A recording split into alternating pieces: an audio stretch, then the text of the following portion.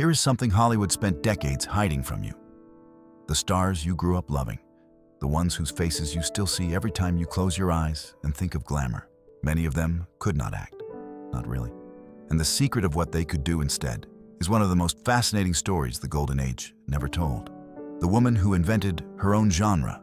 In the summer of 1940, a 21-year-old from Los Angeles was preparing for the greatest moment of her athletic life. She had shattered American swimming records. She had dominated every competition placed before her. The Olympic Games in Helsinki were supposed to be her destiny, the stage upon which Esther Williams would announce herself to the world. Then the world went to war, and the Games were canceled.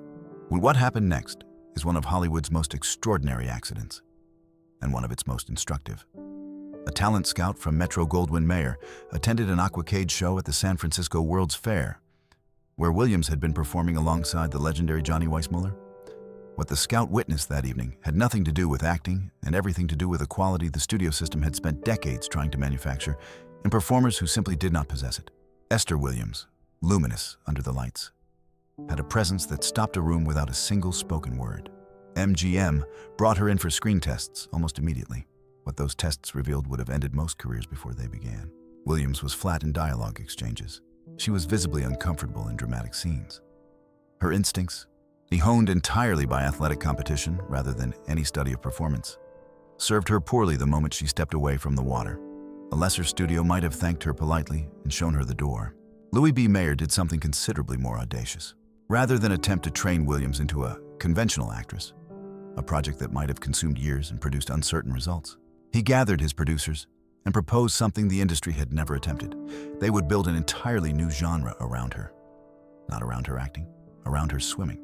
The Aqua musical was born from one canceled Olympics and one studio chief wise enough to follow a gift wherever it led. The calculation was elegant in its simplicity. Williams would be surrounded by co-stars, selected partly for their ability to carry dramatic scenes she could not. Directors would be briefed before filming began on which emotional moments required steering toward performers better equipped to handle them. Scripts would be engineered to move between musical sequences and water spectacles with minimal dramatic exposure for their star. And the swimming itself, the choreography, the underwater photography, the sheer physical poetry of what Williams could accomplish in water would be developed to a level of visual splendor that audiences had simply never encountered. The results were staggering. Williams appeared in 26 films for MGM between 1942 and 1960. Bathing Beauty made audiences feel they had discovered something entirely new. The Neptune's Daughter confirmed it was no accident. And $1 Million Mermaid, which cast Williams as real-life swimming pioneer Annette Kellerman, proved that the genre she had accidentally invented could carry genuine historical weight. The studio grossed well over $25 million from her pictures. These were not merely successful films. They were cultural events, beloved by audiences who returned to theaters again and again to watch a young woman do something no one else on earth could do with quite that quality of grace. Behind the scenes, Williams was known for arriving on set with the discipline of the competitive athlete she had always been. Never late, never unprepared, and always the first to acknowledge which scenes required her to step back and allow more experienced performers to carry the emotional weight. Directors who worked with her repeatedly described this quality as extraordinarily rare. Most stars fought for more screen time, more close-ups, more dramatic moments. Williams understood instinctively where her gifts ended and someone else's needed to begin, and she honored that boundary without complaint or vanity. What made Esther Williams genuinely remarkable was not only her swimming, extraordinary as it was her absolute clarity about what she was and was not. Throughout her career, she spoke with a candor that was almost unheard of in an era when stars were expected to maintain careful illusions at all costs. She could not act in any conventional sense, and she knew it. And she said so with a warmth and humor that made audiences love her more generously for the honesty. "I can't act, I can't sing, and I can't dance," she told one interviewer late in her career, with a smile that suggested she had never lost a single night of sleep over it. "But what I can do, nobody else can." She was right on both counts. MGM had learned something that day that would shape the next 2 decades of American cinema, that the right gift, given the right frame, needs nothing else. The studio had understood something about Esther Williams that no Olympic committee ever could. Her gift was not reducible to competitive swimming. It was something rarer, the ability to make an audience hold its breath and forget entirely everything it had come in expecting. The man behind the most debated sound in cinema history. The question is, what happens when the gift is extraordinary? But the frame itself becomes a mystery. Johnny Weissmuller carried 5 Olympic gold medals into Hollywood in 1932. What he carried out is still being debated. And there is one more thing about Johnny Weissmuller's Tarzan that film historians have been quietly examining for decades. Something about the most famous sound in cinema history that may rewrite everything you think you know about who actually made it. We will get there. But first, the screen tests. Weissmuller arrived in Hollywood carrying credentials that made even MGM's most accomplished stars seem modest by comparison. 5 Olympic gold medals, 51 American records, 67 world records. A decade of competitive dominance so complete that sports historians still regard him as among the greatest competitive swimmers who ever lived. When MGM needed someone to portray Tarzan, Lord of the Jungle. In 1932, the physical requirements of the role pointed toward exactly one human being on Earth. The dramatic requirements of the role were another matter entirely. Weissmuller's early screen tests produced results that studio executives found genuinely alarming. His line delivery was halting and uncomfortable. His emotional range, when the cameras demanded something beyond physical confidence, was narrow to the point of professional danger. Directors who worked with him in those initial sessions described a performer who was magnificently at ease in his body and almost entirely lost the moment a scene required him to access anything internal. The solution the studio devised was elegant in a way that only Hollywood at the height of its creative power could manage. They would not attempt to solve the problem. They would make the problem irrelevant. Tarzan, as written for Weissmuller's version of the character, speaks in broken sentences and fractured grammar. This was not an accident of adaptation or a careless creative choice. It was a precise and deliberate decision made to accommodate a performer whose line delivery could not sustain conventional dialogue without visible strain. The broken speech became the character's most iconic trait, imitated by generations of children on playgrounds across America. And its origins and practical necessity were never disclosed to the audiences who loved it. Scenes requiring genuine emotional complexity were restructured before filming began. Dramatic exchanges were trimmed to their minimum viable length. Maureen O'Sullivan, who portrayed Jane across 6 films opposite Weissmuller, brought to every shared scene a warmth and intelligence that provided the emotional architecture their stories required. She accomplished this with such graceful professionalism that audiences understood it simply as chemistry, never recognizing that she was quietly carrying weight her co-star could not. Those who visited the set during production recalled that Weissmuller was cheerful and cooperative between takes, entirely unbothered by the creative accommodations being made around him. He understood that what he had was enough, and he protected it carefully, showing up in extraordinary physical condition for every production, performing his own water sequences with an athleticism that left the film crew genuinely astonished, and never once attempting to reach beyond the range the studio had wisely defined for him. It was a form of professional self-knowledge that most performers require decades to develop, if they develop it at all. Weissmuller played Tarzan 12 times across 16 years, from 1932 to 1948. He became one of the most recognizable faces in the history of cinema. Children who had never heard of MGM or RKO knew exactly who Tarzan was and who played him. And now, the yell. The Tarzan yell is one of the most famous sounds in the history of motion pictures. It has been analyzed, imitated, and debated for nearly a century. Film historians and sound engineers who have examined the original recordings with considerable care have found something genuinely remarkable. The sound that audiences associate with Weissmuller, that extraordinary multitonal cry that seems to belong to no single instrument or human throat, may not have been produced by Weissmuller alone at all. Current scholarship suggests it was likely a composite creation, assembled in post-production from multiple recorded elements and processed to achieve an effect no single human voice could produce naturally. The man who became synonymous with one of cinema's most famous sounds may have contributed to it, far less than audiences ever imagined. What is beyond question is this: Weissmuller brought to the role something genuine and irreplaceable. His physical ease, his animal grace, his absolute comfort in his body. These were not performances. They were simply who he was. And what he was, it turned out, was more than sufficient. Now, no amount of acting training produces what he brought to those films. The studio built the scaffolding. Weissmuller provided the irreplaceable thing the scaffolding was designed to support. The cowboy who became more real than the man he replaced. There is a philosophical question embedded in the story of our next star, one that the Golden Age never paused to consider, and that becomes more interesting the longer you sit with it. If a studio creates your name, constructs your biography, designs your image, and selects your horse, what remains that genuinely belongs to you? And if that construction is built on something authentic, something no studio executive could have invented, does the manufacturing matter anymore? Leonard Franklin Sly was born in Duck Run, Ohio, in 1911. He was a quiet, kind young man with a genuine gift for music, a warm, natural manner with people, and no particular expectation that his life would amount to anything the wider world would notice. He performed with a group called the Sons of the Pioneers, singing Western songs with a sweet sincerity that pleased audiences at modest venues without suggesting anything grander lay ahead. Republic Pictures discovered him in 1937 and immediately understood that what they had found was raw material rather than a finished product. The studio wanted a singing cowboy to rival Gene Autry. Republic tested him against 17 other candidates before making their choice. The studio's internal notes from that selection process, which survive in the Republic archives, they describe the future Roy Rogers simply as the one who looks like he means it.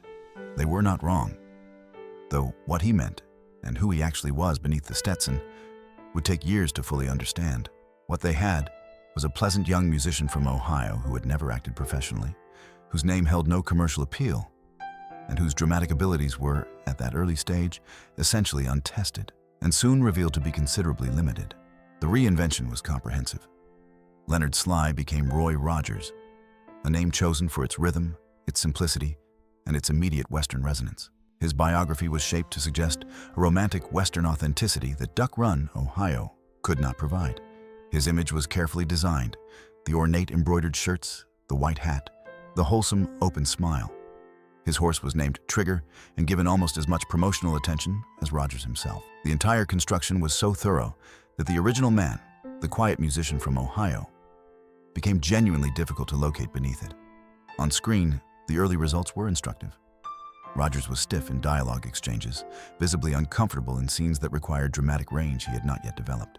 The Republic responded with characteristic pragmatism. They engineered his vehicles to minimize dramatic exposure, emphasizing action sequences, musical numbers, comedy, and his partnership with Trigger over any scenes that might exceed his abilities. His genuine warmth with children translated on camera regardless of technical execution.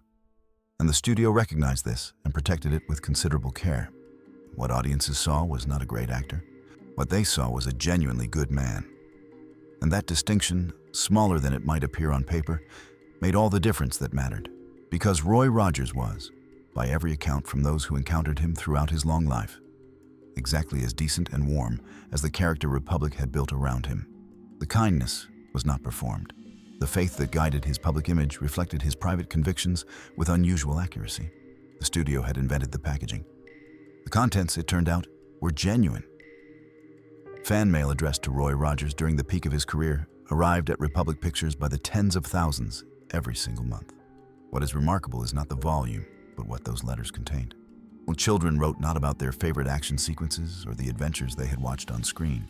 They wrote about how Roy Rogers made them want to be better, kinder to animals, more honest with their parents, more generous with friends who needed help.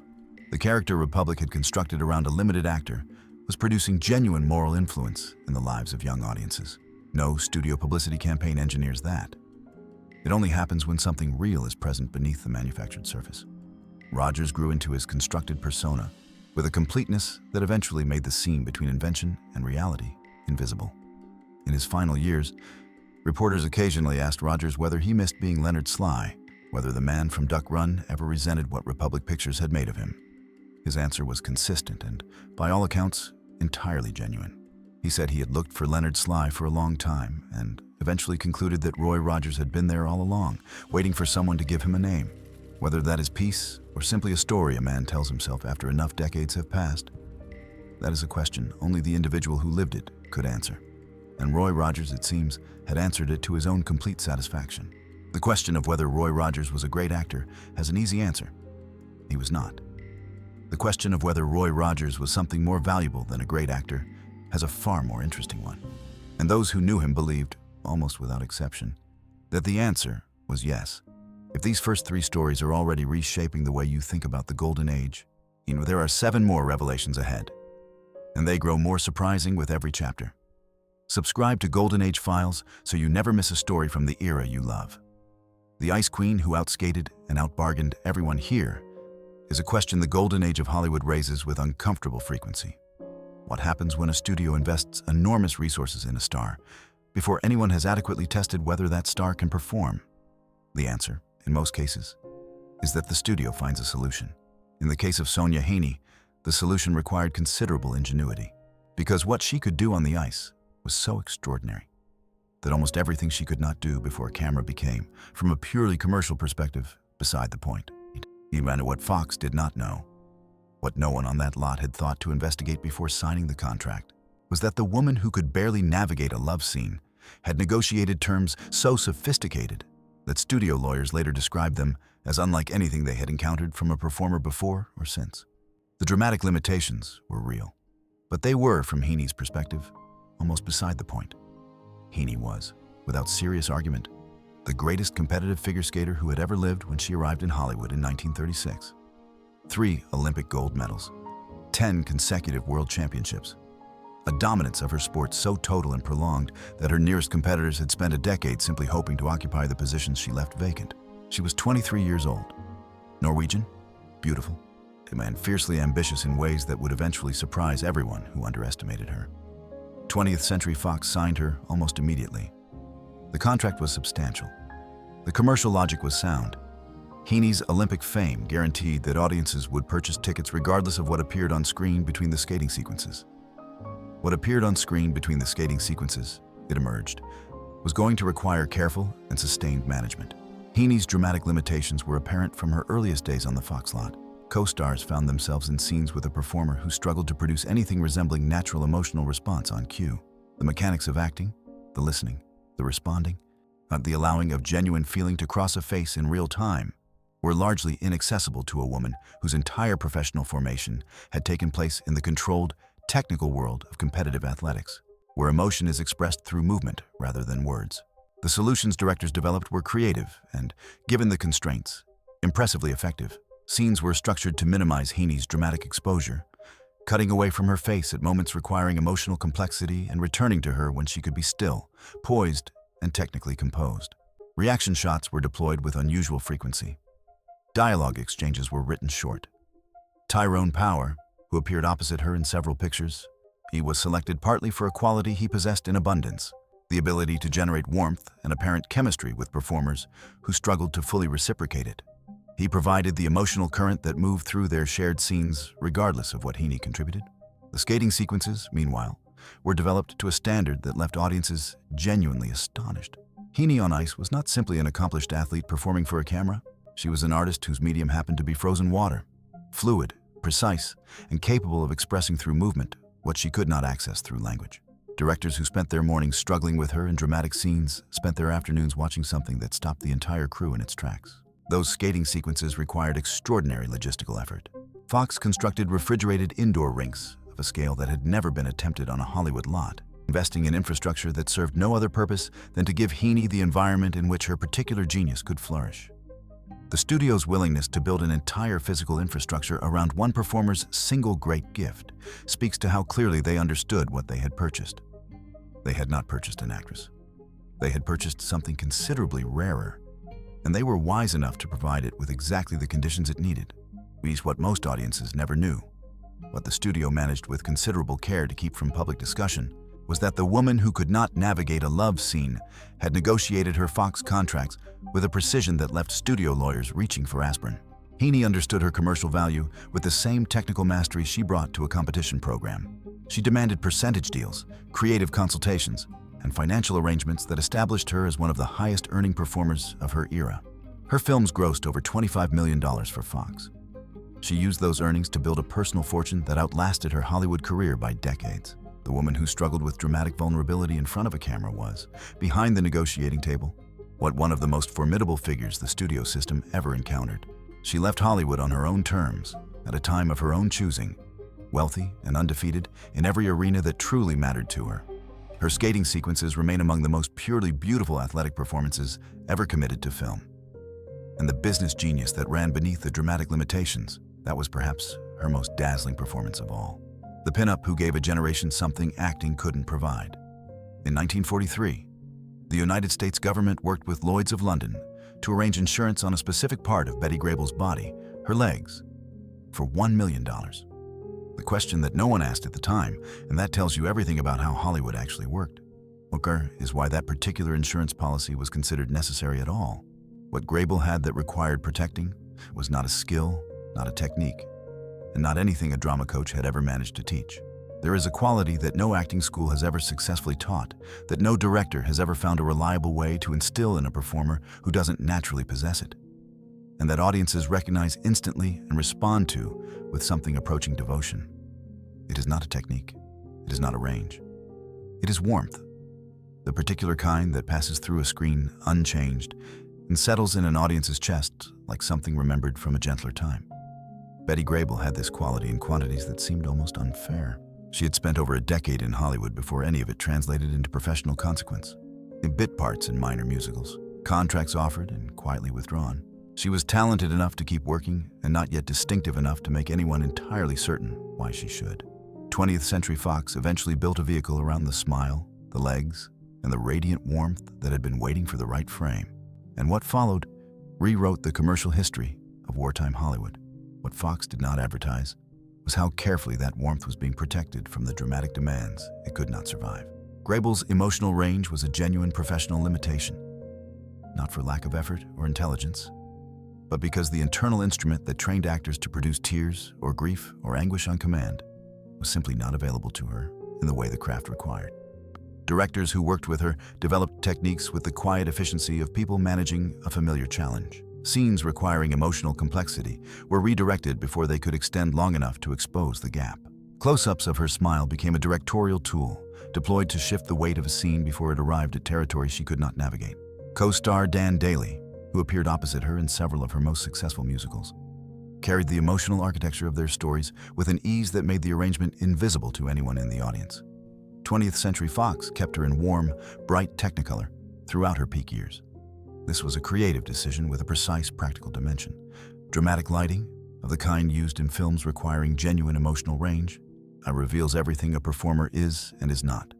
The warmth and softness of Fox's color photography for Grable created an environment in which her limitations receded, and her extraordinary gift for radiant presence expanded to fill every frame available to it.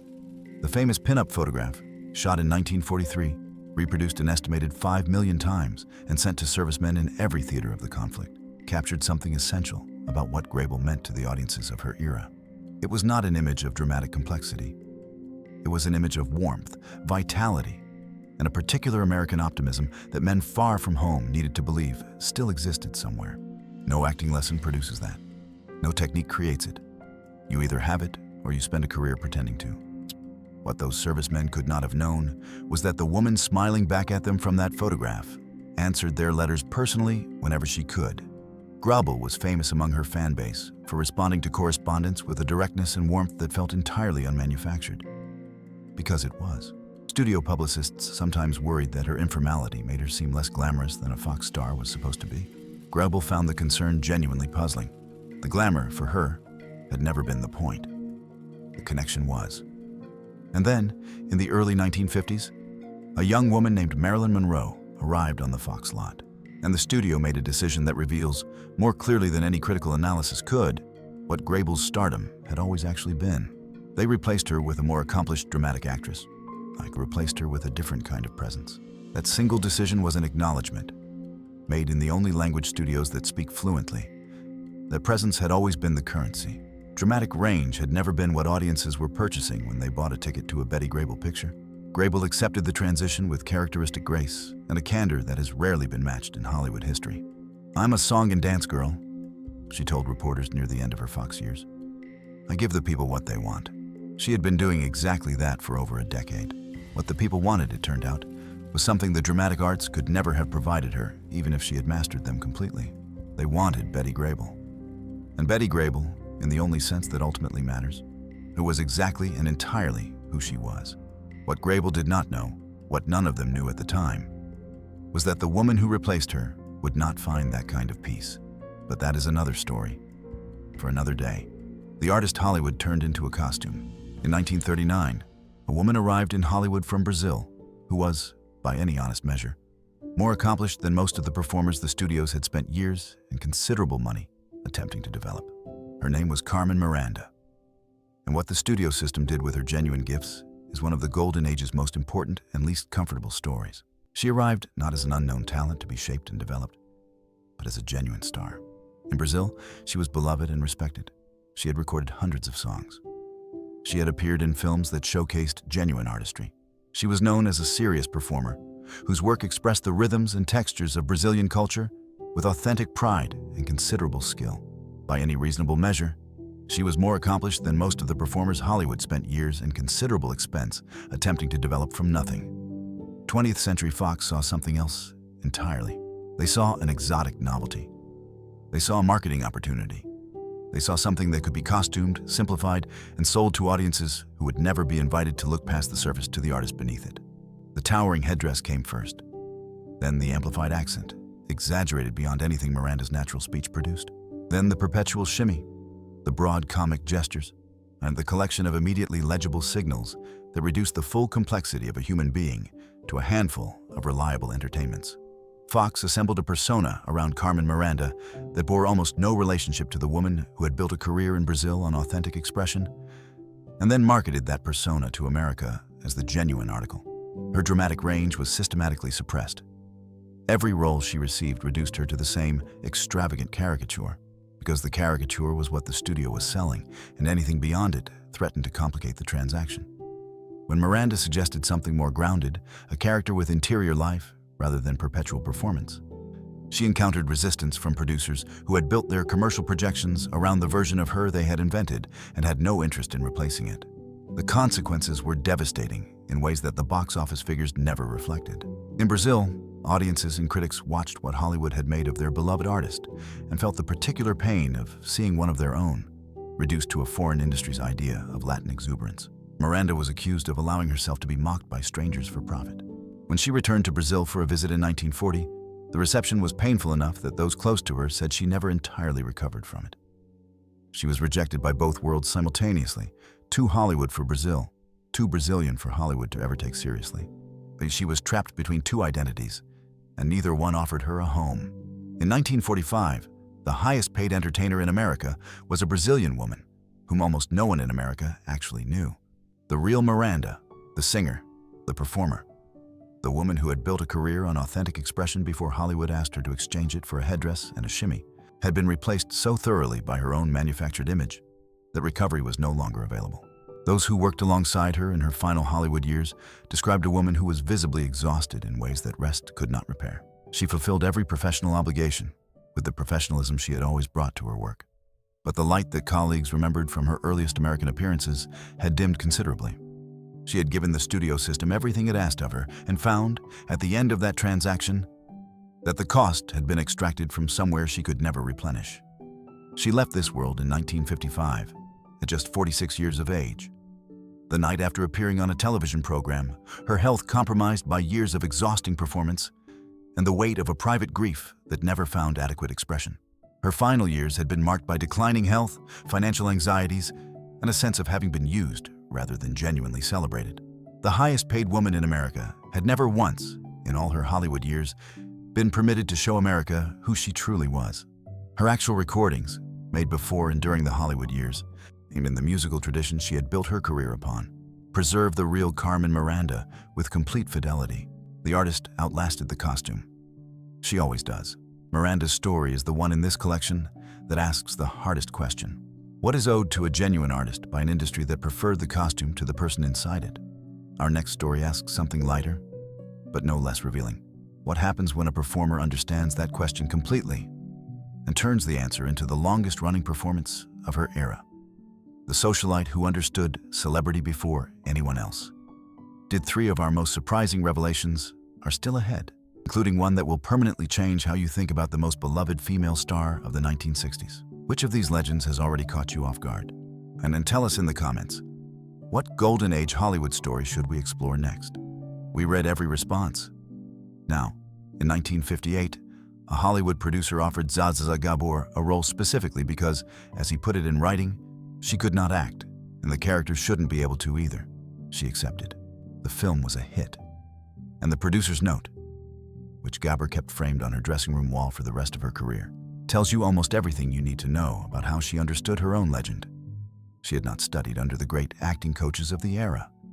She had studied life under the particular education provided by European society, where the performance of glamour was a serious discipline with genuine consequences for those who failed to master it. A Miss Hungary title, not a marriage to Conrad Hilton that granted access to the highest social circles in America, and an understanding of how to occupy a room that was, in its own way, as technically accomplished as anything ever produced by the most celebrated dramatic schools of the era. Zsa Gabor arrived in Hollywood in the early 1950s carrying all three, and she had no intention of allowing anyone to tell her they were insufficient. What she brought to Hollywood was not dramatic range. It was something she had been developing since Budapest, something that no acting curriculum had ever attempted to teach, because no curriculum had recognized it as a legitimate subject. Gabor appeared in her first significant film in 1952. She would continue appearing in films, television productions, and talk show couches for the next 5 decades. And the progression of those appearances tells a revealing story about what she was actually doing. The performances she delivered in her films were, by the consistent account of critics and directors who worked with her, almost uniformly Zsa playing Zsa. The character she portrayed across dozens of productions bore a relationship to the script she had been handed that was, at best, suggestive rather than literal. Directors wrote roles specifically to accommodate her inability to disappear into a character, offering her glamorous, European, imperious figures whose primary requirement was being magnificently themselves in front of a camera. She fulfilled this requirement with complete reliability. She was aware of this. She was publicly, cheerfully, and magnificently aware of this. At a time when such awareness was almost unheard of in an industry built on the careful maintenance of illusions. When interviewers pressed her about her technique, she responded with the kind of honesty that would have ended the career of any performer who needed the pretense of craft to sustain their position. "I never really acted," she said, with the serene smile of a woman who had considered the matter thoroughly and found no reason for concern. "I just showed up and was myself, darling." This was more profound than it sounded. What Gabor understood, what she had grasped from the very beginning, with an intuitive clarity that most of the industry would not catch up to for half a century, was that she was the performer, not a character she was playing, not a role a director had shaped from a script. The thing audiences came to experience when they watched Zsa Gabor was Zsa Gabor herself. The accent, the jewelry, the magnificent self-regard, the wit deployed with a craftsman's precision beneath an amateur's apparent ease. Her 9 marriages generated more attention than most actresses accumulated across entire careers. Her unapologetic relationship with luxury, at a time when female stars were expected to project at least nominal humility about their appetites, was quietly revolutionary. Her one-liners entered the cultural vocabulary and remained there. Talk show hosts who invited her onto their programs quickly learned that the most effective approach was simply to give her space and remain attentive. She required no prompting, no clever questions, no skillful interviewing technique. She arrived with material, observations, the stories, opinions delivered with the timing of a seasoned comedian, and she deployed it with a generosity that made her hosts look brilliant by association. Johnny Carson once said that his favorite guests were those who arrived already fully performing. Gabor was the definition of that quality, taken to its most magnificent extreme. What she grasped, and what the Golden Age never quite acknowledged, was that celebrity is itself an art form, one that rewards specific gifts, bearing no necessary relationship to the abilities required by conventional performance. She possessed those gifts in extraordinary measure. She built from them a cultural presence that outlasted the studios that never quite knew what to make of her, persisting long after her films had faded from regular circulation and remaining vivid in the imagination of everyone who encountered her. The woman who could not act, in any technical sense that the industry recognized, became one of the most recognizable human beings of the 20th century. She had understood all along that this was the real game. She simply had the wisdom and the audacity to play it openly. The leading man who made his limitations his legacy. There is a particular kind of courage in knowing exactly what you are, saying so publicly, and finding the entire situation genuinely amusing rather than shameful. Hollywood has produced very few performers capable of this. Victor Mature was, in this specific respect, one of a kind. He came to the attention of studio talent scouts through a stage production that demonstrated his physical magnetism without providing much evidence of his dramatic range. What the scouts could see from a distance was considerable. A jaw of almost architectural authority, shoulders that seemed to challenge the laws of proportion, a brooding gaze that cinematographers would spend careers attempting to light correctly. What was not visible from a distance became apparent during his first productions. Performances that were, by the account of directors who worked with him, genuinely inconsistent in ways that presented ongoing creative challenges.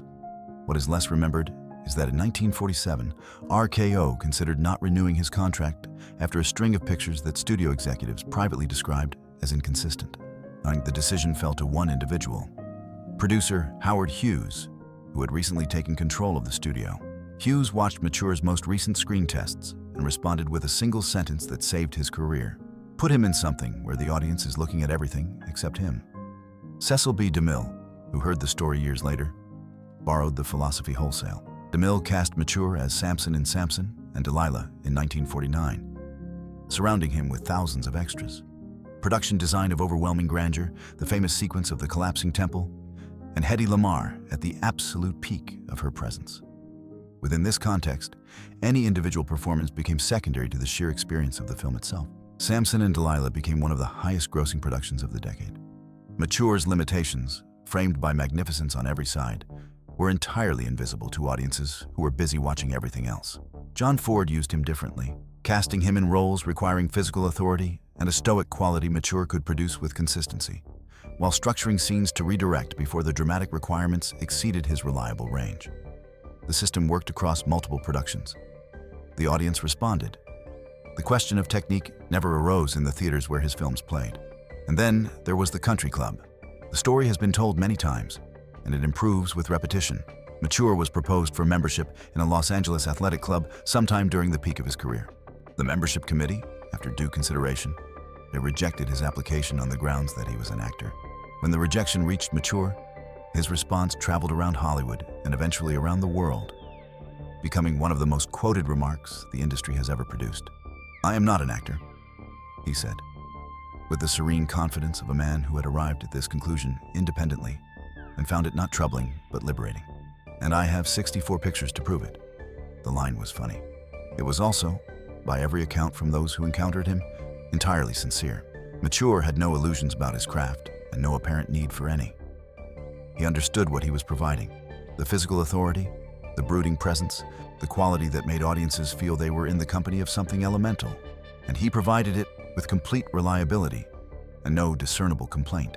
What colleagues found genuinely surprising about Mature was how completely unbothered he was by critical assessments that would have sent most performers into defensive outrage or prolonged despair. When reviews described his performances as wooden or limited, he read them with apparent amusement and moved on, without a trace of wounded pride. He seemed to genuinely agree with his critics, find their observations entirely reasonable, and feel no particular obligation to change anything about himself as a result. It was a psychological freedom that most performers, whatever their level of craft, never achieve. He retired comfortably.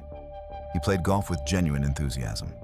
He expressed, in interviews conducted across his later years, no discernible regret about a career built on looking magnificent while other people performed the dramatic architecture nearby. His contentment was real and complete. A man who had given audiences exactly what he had and felt no obligation whatsoever to apologize for what he hadn't. There is wisdom in that.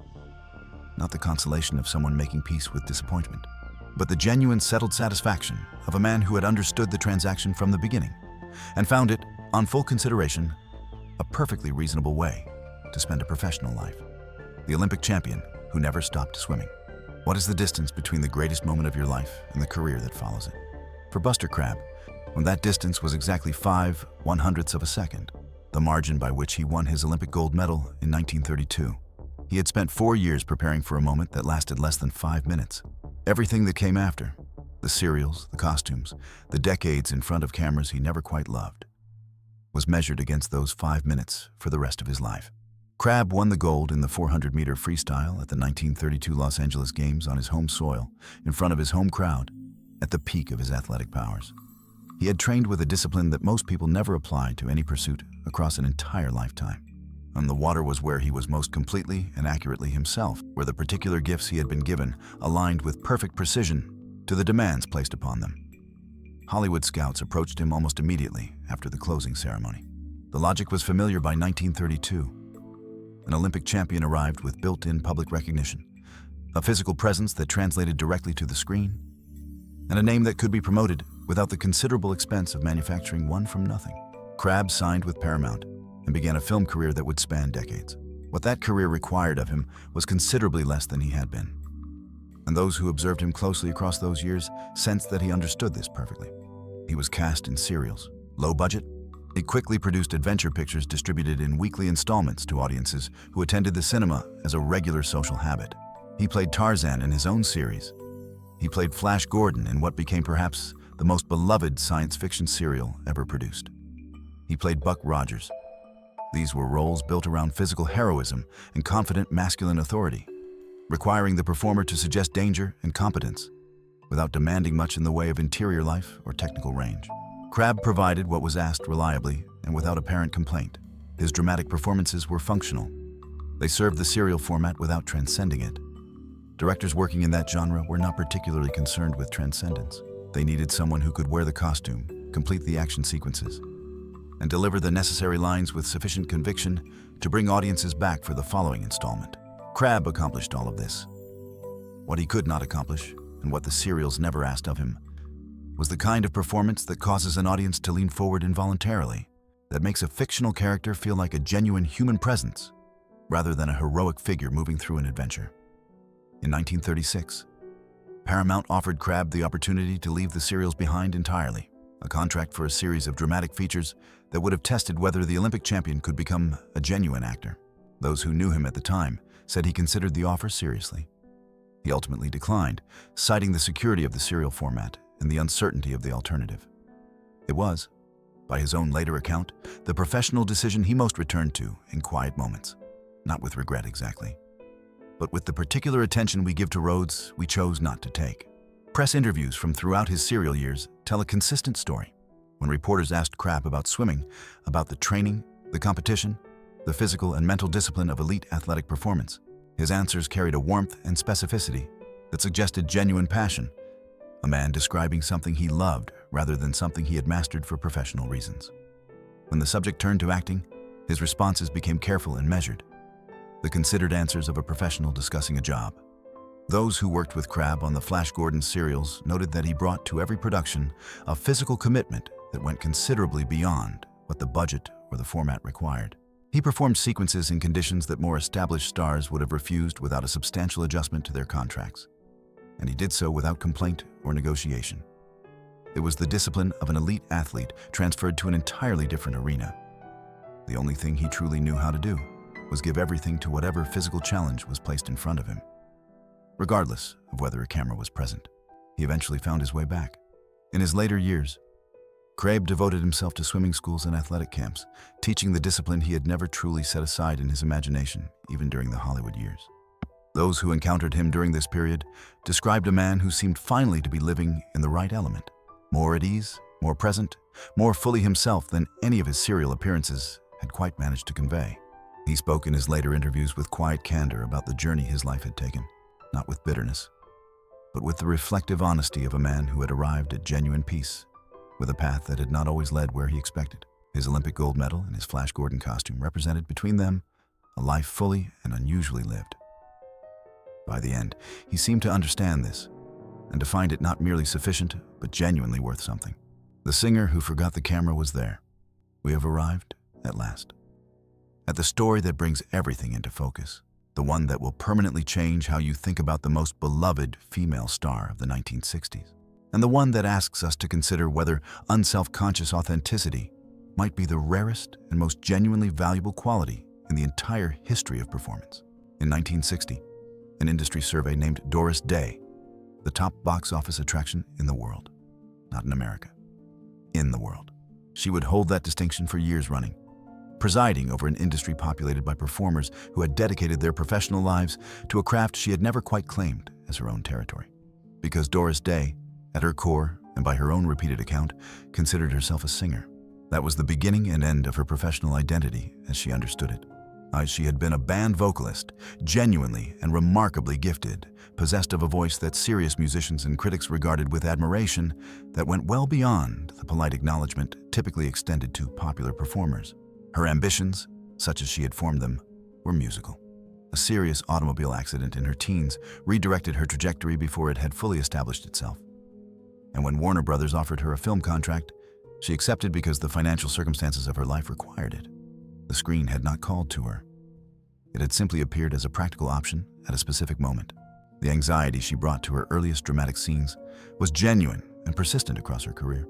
Those who observed her during production recalled a performer who approached each scene with a slightly bewildered concentration, as if translating instructions from a language she had studied but not quite internalized.